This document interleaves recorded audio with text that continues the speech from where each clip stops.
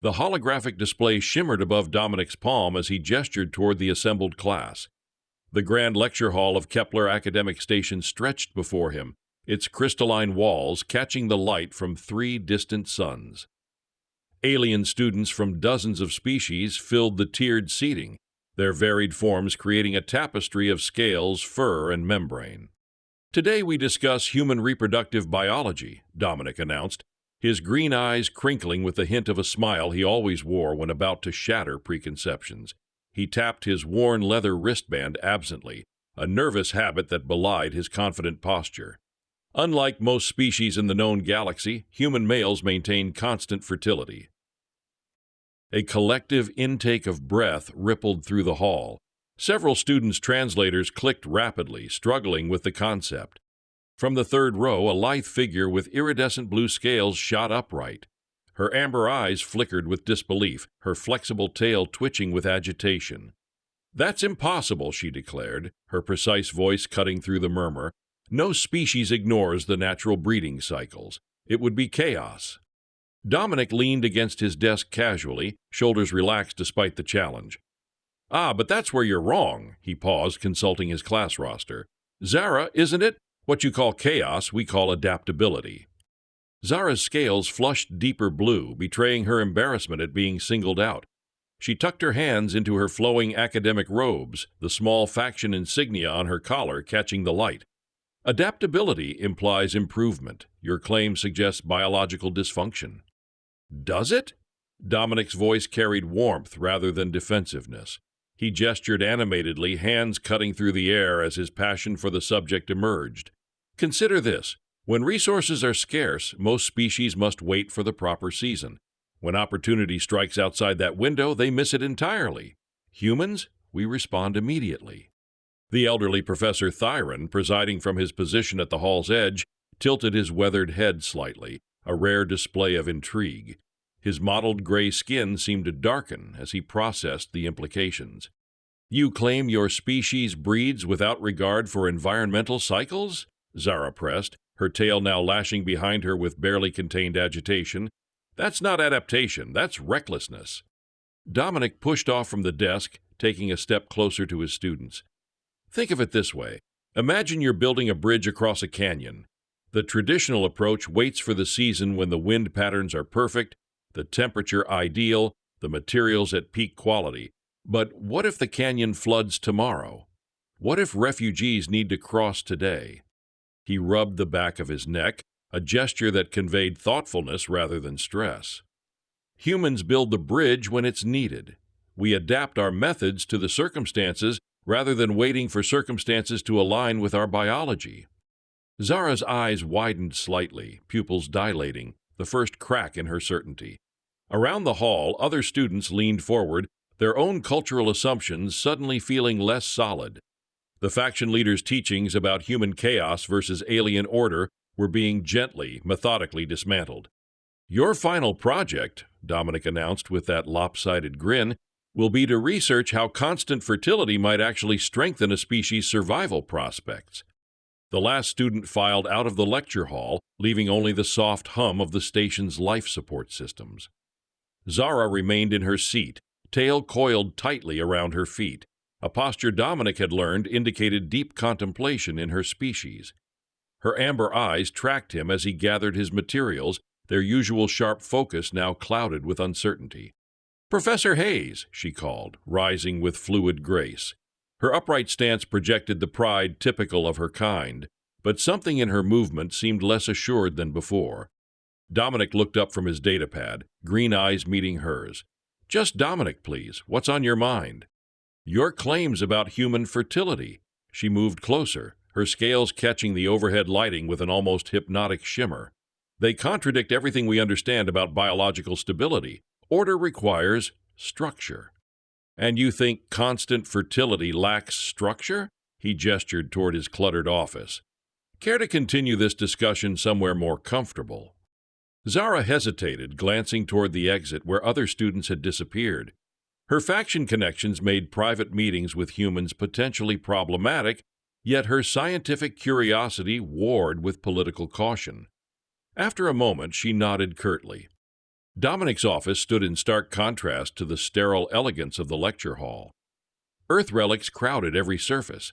Photographs of human cities, samples of wooden artifacts, even a small potted plant that somehow thrived under alien suns.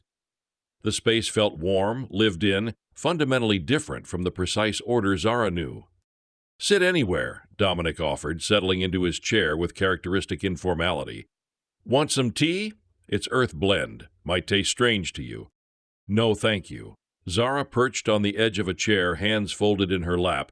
"I researched human biology after class. Your species' reproductive patterns seem inefficient." Dominic's eyebrows rose. "Inefficient how?" "Resources." Her tail began its telltale twitching. "Energy expenditure on maintaining constant readiness rather than cyclical preparation. Risk of genetic complications from unplanned reproduction. Social disruption from unpredictable pairing behaviors." "Ah." Dominic leaned forward, elbows on his desk. "You're thinking like an engineer designing a machine. What if I told you human relationships aren't mechanical processes?" He reached for a small wooden carving, two intertwined figures that might have been dancing or embracing. "This is from Earth. My grandmother carved it after 60 years of marriage to my grandfather. They didn't wait for breeding seasons to fall in love, to build a life together, to support each other through hardships." Zara's eyes fixed on the carving, her scientific mind struggling with the concept. "But without cycles, how do you ensure optimal conditions for offspring?" "We don't." Dominic's admission came with surprising gentleness. "We make the best conditions we can whenever they're needed. Sometimes a child is born during war, famine, or disaster, but humans have something your models don't account for." "Which is?" "Each other." He set the carving down carefully. "When cycles fail, and they do, climate change, predators, disease, species tied to rigid patterns suffer mass extinctions. Humans adapt because our social bonds transcend biological timing." Zara's scales had gradually shifted to a lighter shade, her initial hostility replaced by grudging fascination. "You're suggesting emotional attachment creates survival advantages?" "I'm suggesting," Dominic said with that familiar lopsided grin, "that love might be the ultimate adaptation." The word hung in the air between them, foreign and profound. Zara's tail had stopped twitching entirely, her rigid posture softening almost imperceptibly. For the first time since entering his office, she seemed to truly see the space around her, not as chaos, but as the accumulated memories of a life lived without predetermined seasons. The campus garden existed in defiance of the station's sterile architecture, a pocket of cultivated wilderness beneath the dome's transparent canopy. 3 alien suns cast shifting patterns through the exotic foliage, creating a constantly changing tapestry of light and shadow. Dominic found Zara there most evenings now, her blue scales catching the starlight as she studied among the bioluminescent flowers. "You're becoming predictable," he said, settling onto the bench beside her. The worn wood creaked under his weight, another Earth artifact that somehow made the alien space feel more welcoming. Zara's tail swayed gently, a rhythm Dominic had learned indicated contentment rather than agitation. "Your species' unpredictability is what I'm trying to understand." She gestured at her datapad, where charts of human demographic patterns glowed softly. "These population migrations make no biological sense." "Show me." Dominic leaned closer, noting how she no longer flinched from his proximity. Over the past week, their debates had evolved into something approaching friendship, though he sensed layers of complexity she hadn't revealed. "Here." Her scaled finger traced migration routes across holographic continents. "Humans abandon fertile territories during optimal breeding periods. They relocate to harsh environments when any logical species would remain stable." "What if I told you that map shows people following their hearts, not their hormones?" Dominic's voice carried the warmth he reserved for breakthrough moments. "This migration pattern? It's families reuniting after war separated them. This one? Young couples seeking new opportunities together." Zara's amber eyes studied his face in the shifting light. "You speak of emotions as if they're navigational tools." "Aren't they?"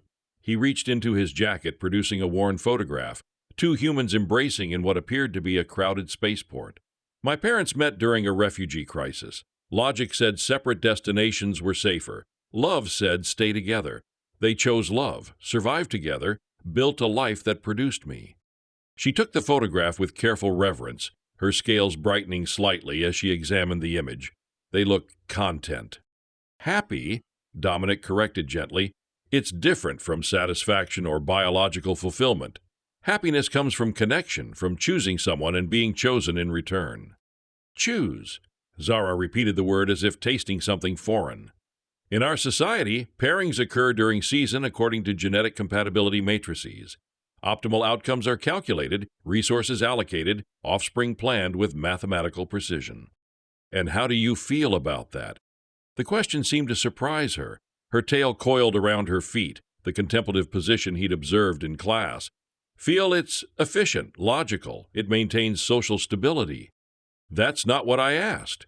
Silence stretched between them, filled only by the gentle rustle of alien vegetation. Above them, the three suns continued their celestial dance, painting the garden in shades of amber and violet. I don't know, Zara finally admitted, her voice barely above a whisper. We don't ask such questions. Dominic studied her profile, noting the way her rigid posture had gradually relaxed over their conversations. What would happen if you did? Chaos, she said automatically, then paused, or so we're taught. By whom? Her scales darkened suddenly. A flush of what he'd learned indicated distress or guilt. The faction insignia on her robe seemed to catch more light in that moment, though Dominic didn't yet understand its significance. Does it matter? She deflected. Our ways have maintained order for millennia. Order isn't the same as fulfillment. Dominic returned the photograph to his jacket. Humans learned that the hard way. We had societies built on rigid rules, predetermined roles, cycles that couldn't be questioned. They collapsed under their own inflexibility. And your chaos replaced them? Our adaptability, he smiled at her continued use of that loaded word. The freedom to choose created stronger bonds than any biological imperative could. Zara's tail had begun its subtle swaying again, and Dominic realized she was unconsciously mirroring his relaxed posture. In the garden's gentle light, surrounded by growing things that thrived without predetermined seasons, she was beginning to bloom. The corridor outside the lecture hall hummed with its usual post-class activity, students from various species discussing assignments and debating theoretical frameworks.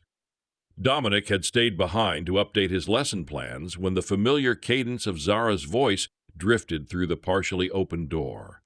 The human grows too influential, she was saying, her tone carrying none of the warmth he'd grown accustomed to during their evening discussions.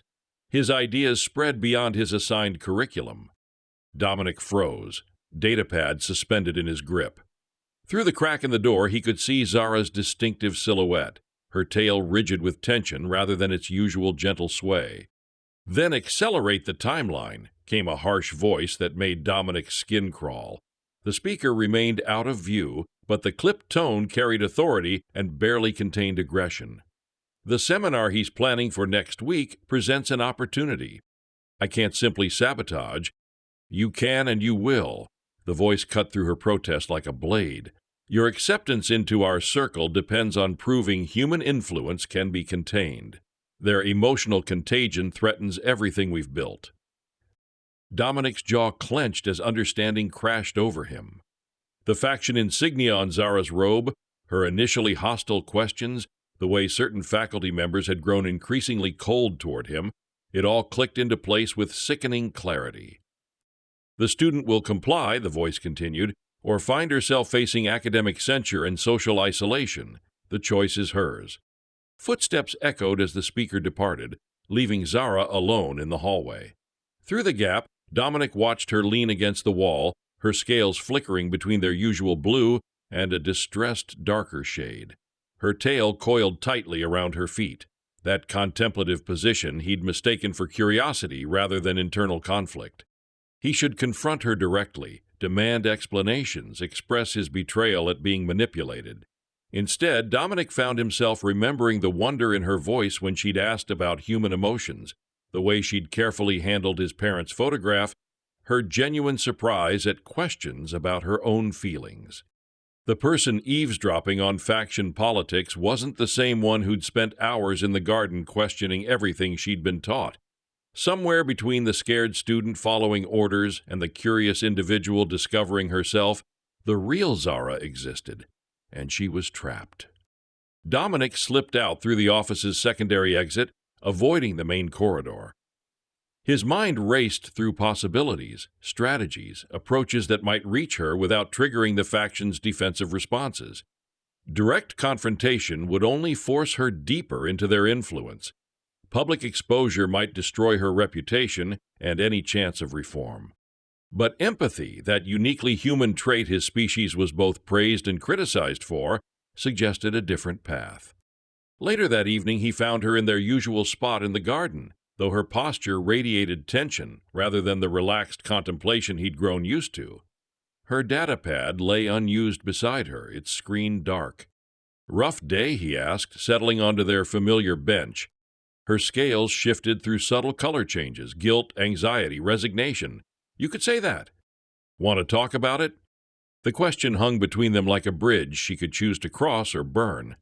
Dominic waited, hands resting calmly in his lap, projecting the same patient warmth he'd shown since their first heated debate. No demands, no pressure, just presence and possibility. "Aye," she began, then stopped, her tail beginning its telltale agitation. "Some paths can't be uncrossed."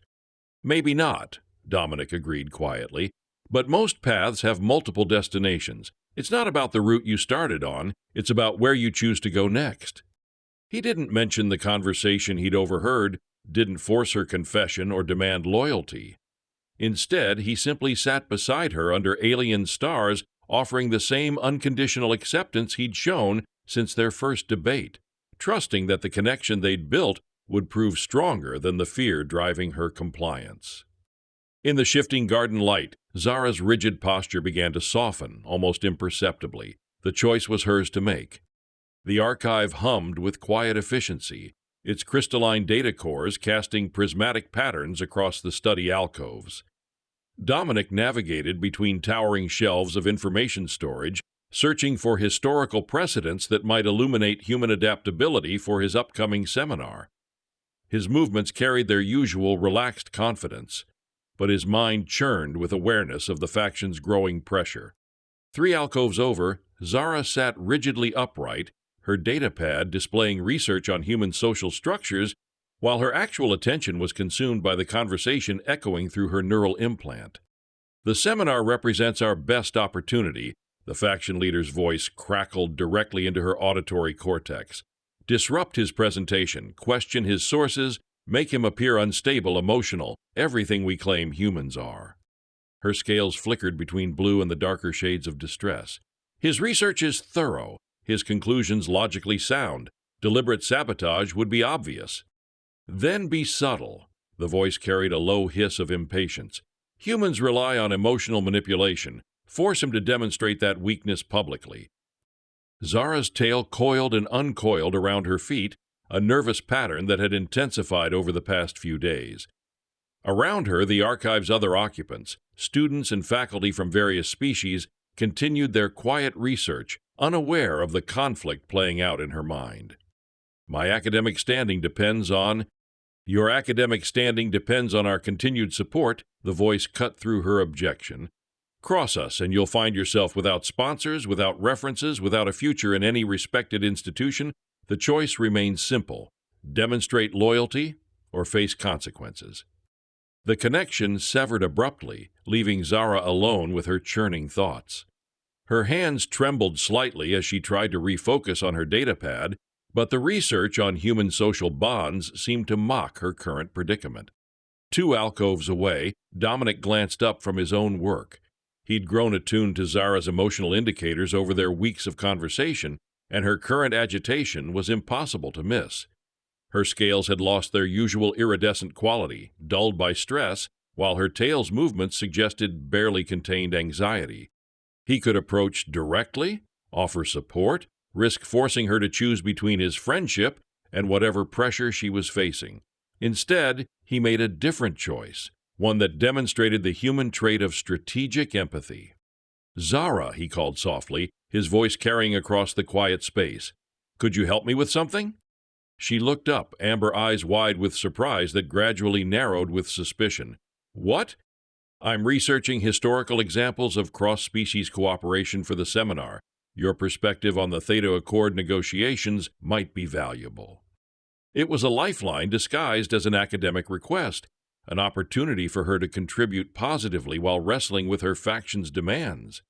Dominic watched her internal struggle play out across her features, duty warring with curiosity, fear battling hope.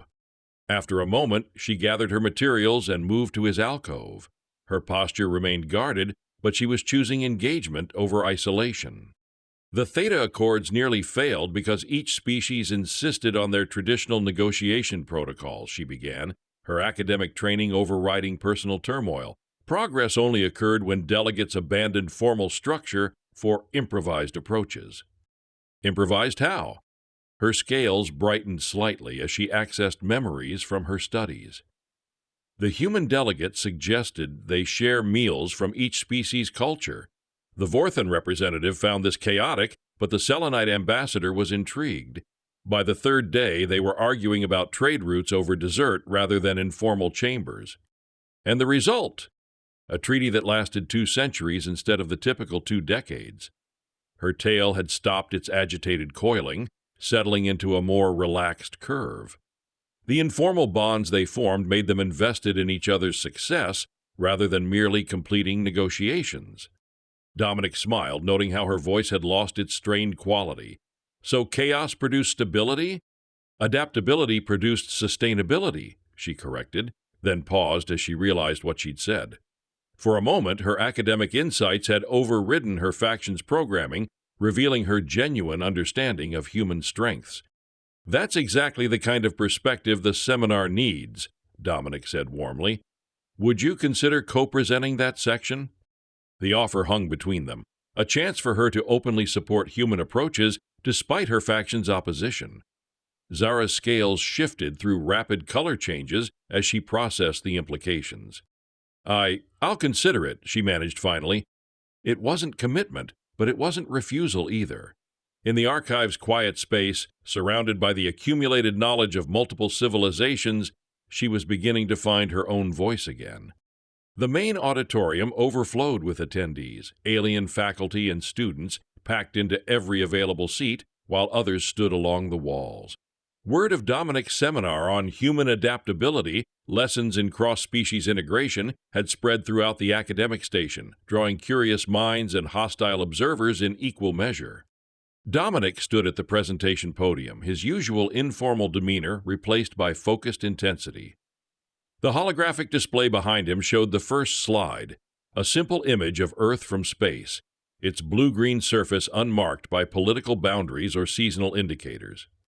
Adaptation, he began, his voice carrying easily through the amphitheater, is often confused with chaos. Today we'll examine how apparent disorder can create unprecedented stability. In the third row, Zara sat with her hands folded tightly in her lap, her scales shifting subtly between shades as she wrestled with competing loyalties. Around her, other students leaned forward with genuine interest, their attention focused on the human who had challenged so many of their assumptions. From his position at the hall's edge, Professor Thyron observed with the careful attention of someone evaluating both content and presenter. His mottled gray skin had darkened slightly, a sign of deep contemplation in his species. Consider the great human migration of 2387, Dominic continued, gesturing as the display shifted to show population movement patterns. Traditional analysis suggests chaos, millions of humans abandoning stable colonies for uncertain frontiers, but examine the underlying motivations. The hologram zoomed in on specific migration routes, each highlighted in different colors. This stream represents families reuniting after a decade-long trade war. This one shows scientists following research opportunities regardless of seasonal considerations. This pattern traces artists seeking new forms of cultural expression. A voice from the audience interrupted. Professor Hayes, you're describing emotional decision-making, not logical adaptation. Dominic turned toward the speaker, a faculty member from the engineering college whose red scales gleamed under the auditorium lights. The faction leader himself, positioned to challenge from a position of academic authority. Are emotions illogical? Dominic asked mildly, his relaxed posture contrasting with the questioner's rigid stance. Let's examine that assumption. The display shifted again, showing survival statistics across various human colonies. Settlements established purely for resource optimization, 73% failure rate within 50 years. Colonies founded by family groups or communities with emotional bonds, 91% success rate over the same period. Murmurs rippled through the audience as the implications registered. Zara's eyes widened, her scientific training processing the data even as her factional programming resisted the conclusions. You're suggesting sentiment creates survival advantages? Another voice called out. I'm suggesting, Dominic replied, that familiar lopsided grin appearing, that caring about something makes you fight harder to preserve it. Humans don't just adapt to environments, we adapt environments to protect what we love. He clicked to the next slide. Images of human colonies that had transformed hostile worlds into thriving ecosystems. Mars was a barren rock when humans first arrived.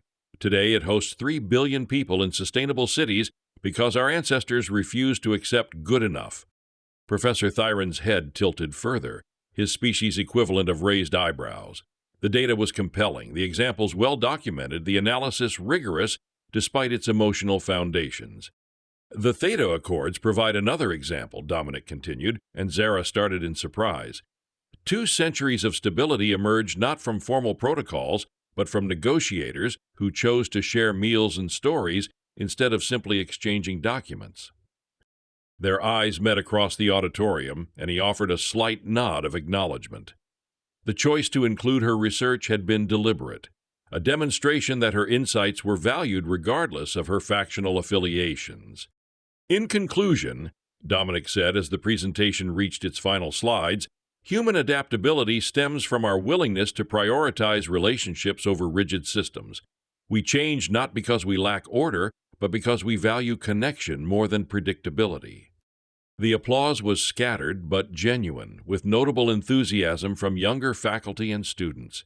The faction leader's expression had darkened considerably, his yellow eyes narrowing as he realized the seminar had achieved exactly what he'd hoped to prevent. It had made human approaches appear not just logical, but superior. As the crowd began to disperse, Zara remained in her seat, staring at the now empty display screen. The data had been undeniable, the arguments compelling, the conclusions transformative.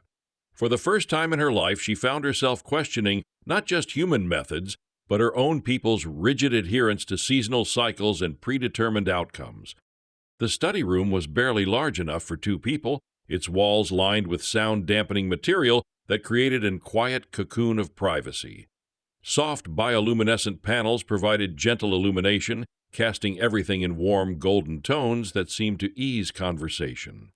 Zara had chosen this space deliberately, far from the main corridors, away from surveillance, in a section of the station typically used for intensive research requiring absolute quiet.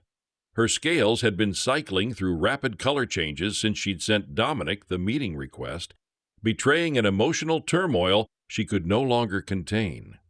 When he arrived, settling into the chair across from her with his characteristic relaxed grace, she found herself unable to meet his eyes directly. Her tail coiled and uncoiled around her feet in that nervous pattern he'd learned to recognize, while her hands twisted together in her lap. "Thank you for coming," she began, her usually precise voice carrying an unfamiliar tremor. "Of course." Dominic's tone held no pressure, no expectation, just the same patient warmth he'd shown since their first heated debate. "What's on your mind?" The question hung between them, simple and profound. Zara stared at her hands, watching her scales shift from their usual blue to the darker shades that indicated deep distress. The faction's threats echoed in her memory, while Dominic's seminar data challenged everything she'd been taught to believe. "I've been lying to you," she whispered finally. Dominic's expression didn't change. No shock, no anger, just quiet attention. "Tell me about it." His lack of condemnation somehow made the confession harder. She'd expected accusations, demands for explanation, some human emotional outburst that would justify her deception. Instead, he offered exactly what she needed, space to speak her truth. "I'm not just a student." The words came faster now, as if saying them quickly might reduce their impact. I'm affiliated with a political faction that opposes human integration. My enrollment in your class wasn't academic curiosity, it was surveillance. She forced herself to look up, meeting his steady green gaze. What she found there wasn't betrayal or hurt, but something that looked almost like understanding. They wanted me to gather evidence of human emotional instability, she continued, her voice growing stronger, to document how your teaching methods disrupted proper academic protocols, to prove that human influence would corrupt our traditional values. And what did you find? Dominic asked quietly. The question caught her off guard. She'd expected demands for names, details about the faction's plans, justifications for her deception. Instead, he'd focused on her experience, her conclusions, her journey of discovery. I found. She paused, scales brightening as genuine emotion replaced political programming. I found someone who answered questions I didn't know I was allowed to ask, who listened to my arguments without dismissing them, who showed me that caring about something doesn't make you weak, it makes you determined. Her tail had stopped its nervous coiling, settling into a more relaxed position as the weight of secrecy lifted from her shoulders. The faction leader threatened my academic standing if I didn't sabotage your seminar, she admitted. But your data was sound, your conclusions logical, your methods more effective than anything we'd been taught. I couldn't bring myself to undermine truth for politics. What will you do now? Dominic leaned forward slightly, his posture conveying engagement without aggression. I don't know. The admission came with surprising relief. My people have scripts for every situation, protocols for every choice, but they don't have guidance for what to do when everything you've believed turns out to be insufficient. Maybe that's the first step toward real growth, Dominic suggested gently, admitting that the old answers don't fit the new questions. Zara studied his face in the room's soft light, noting the absence of triumph or vindication. He wasn't treating her confession as victory in some ideological battle, but as a moment of human connection, exactly the kind of emotional response her faction had warned her about. How did you know, she asked finally, that I was monitoring you? A slight smile played at the corners of Dominic's mouth. I overheard your conversation with the faction leader a few days ago.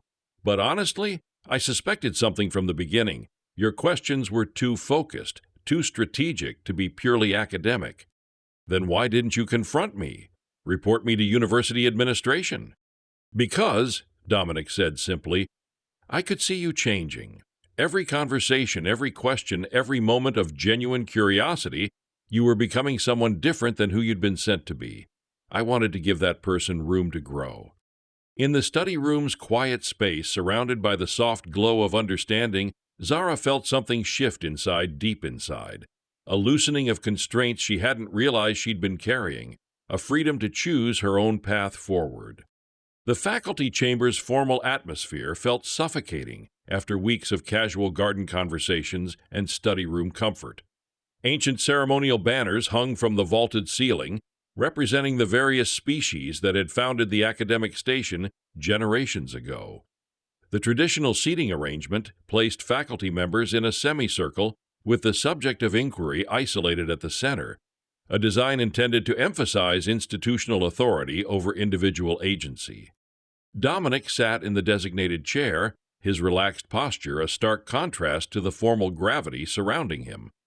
Despite facing potential dismissal, his green eyes remained calm, occasionally crinkling with subtle amusement at the proceeding's elaborate ceremony.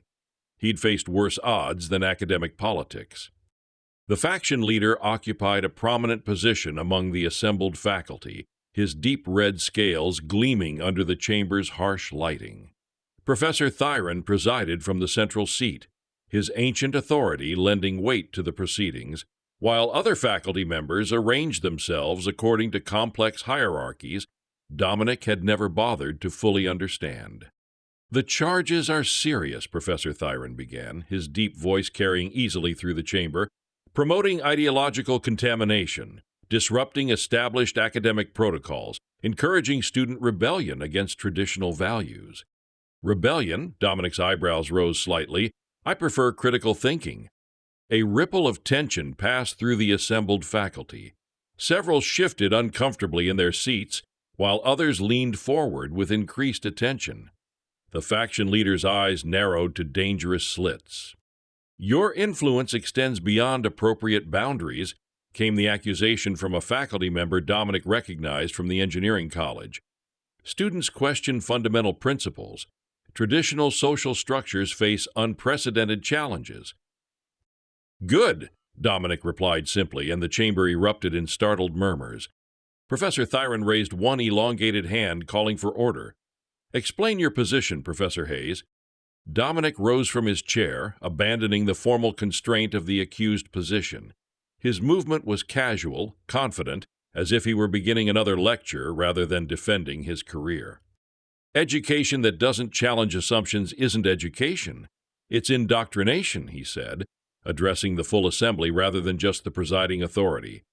"Your own historical records document how civilizations stagnate when they stop questioning their methods." He gestured toward the ceremonial banners overhead. "Every species represented here achieved greatness through adaptation, through willingness to try new approaches when old ones proved insufficient. What I see in this chamber isn't tradition, it's fear disguised as stability." The faction leader rose abruptly, his stocky frame radiating hostility. "You accuse us of fear while spreading emotional contagion among our students? Your methods corrupt rational thought with sentiment and chaos." "My methods," Dominic replied with that familiar lopsided grin, "produce results. Cross-species cooperation has increased 47% since my arrival. Student satisfaction with academic programs has reached unprecedented levels. Research innovation across multiple departments shows marked improvement." Professor Thyron's head tilted in that gesture of intrigue, his dark eyes studying Dominic with renewed interest. "You have documentation of these claims? I have something better." Dominic reached into his jacket, producing not data, but a collection of handwritten notes. Physical paper in an age of digital everything. "I have testimony from the students themselves." He began reading excerpts, grateful letters from young beings who'd found new ways to approach old problems, research reports that had achieved breakthrough results through unconventional collaboration, personal accounts of growth and discovery. "Sentiment and chaos," he concluded, looking directly at the faction leader, "apparently generate more meaningful learning than rigid protocol ever achieved." The chamber fell silent except for the soft hum of life support systems. Faculty members exchanged glances, their expressions revealing internal struggles between loyalty to tradition and recognition of undeniable evidence. From the back of the chamber, a door opened quietly. Zara entered, her scales shimmering with nervousness, but her posture radiating determination. She'd chosen to attend despite the risk to her own standing, drawn by loyalty that transcended political affiliation. "The question," Professor Theron said slowly, his weathered features reflecting deep contemplation, "is whether innovation justifies disruption of established order." "The question," Dominic corrected gently, "is whether established order serves the people it's meant to protect, or whether it's time to trust those people to choose their own paths forward." His steady gaze swept the assembled faculty, challenging each to consider their role not as guardians of tradition, but as facilitators of growth. In the chamber's formal atmosphere, surrounded by symbols of ancient authority, a human teacher was quietly orchestrating a revolution built on nothing more radical than the belief that individuals deserve the freedom to think for themselves. Zara's entrance had created a ripple of whispered recognition throughout the faculty chamber. Her presence was unexpected. Students rarely attended formal disciplinary hearings, and her known faction affiliations made her appearance particularly controversial. She moved with deliberate grace toward the witness area, her scales cycling through subtle color changes that betrayed her nervousness, while her upright posture projected determination. The faction leader's eyes narrowed further, a silent warning passing between him and Zara. But she held his gaze for a moment, then turned her attention to Professor Thyron. "Esteemed Professor Thyron and members of the faculty," Zara's voice, though still tinged with a slight tremor, resonated with newfound conviction. I wish to offer testimony regarding Professor Hayes's teaching methods." A hush fell over the chamber. The faction leader shifted, a low growl rumbling in his chest, but Professor Thyron merely tilted his head, a gesture inviting her to continue. "I was initially tasked by certain affiliations to monitor Professor Hayes and gather evidence of his disruptive influence," Zara admitted, her gaze sweeping over the assembled faculty, lingering for a moment on the faction leader. Her scales settled into a steady, vibrant blue, a color Dominic recognized as her natural state of calm and focus. "I approached his class with skepticism, believing, as I was taught, that human adaptability was merely chaos." She paused, taking a breath. "But through his lessons and through direct observation, I have come to understand that what we perceive as chaos is in fact a profound form of resilience.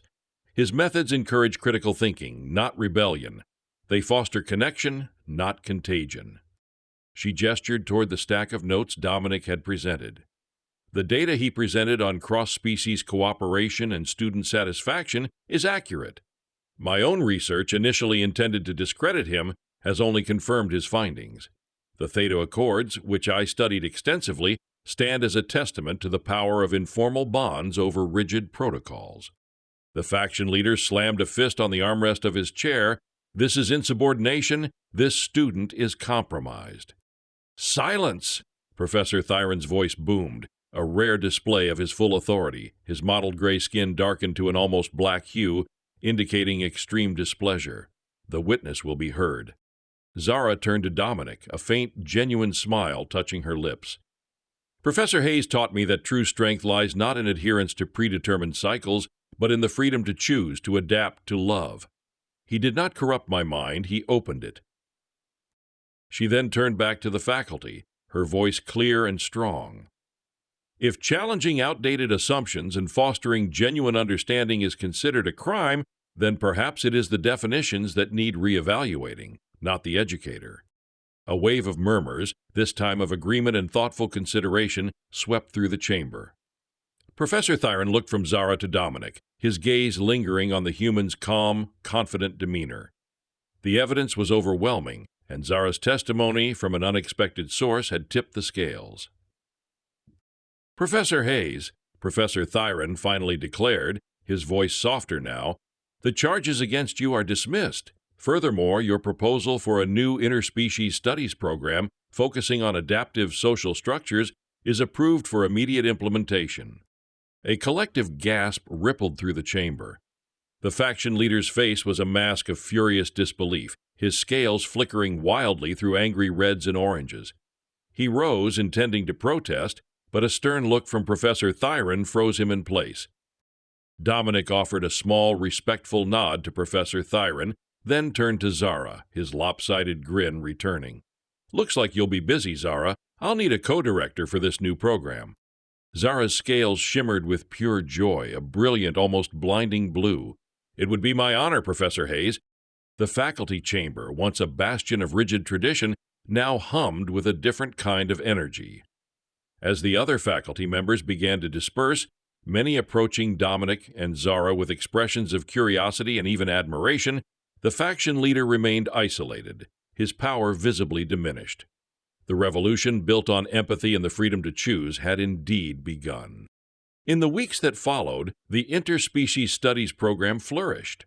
Students from every corner of the station flocked to Dominic and Zara's classes, eager to explore concepts of adaptability, emotional intelligence, and the power of connection. The campus garden, once a quiet retreat, became a vibrant hub of cross-species collaboration as students applied their newfound understanding to real-world challenges. Zara, now a respected academic in her own right, found her stride, her insights into both alien and human cultures proving invaluable. The faction, stripped of its influence and exposed for its fear-mongering, gradually dissolved, its rigid ideology unable to compete with the dynamic, inclusive environment Dominic had helped create.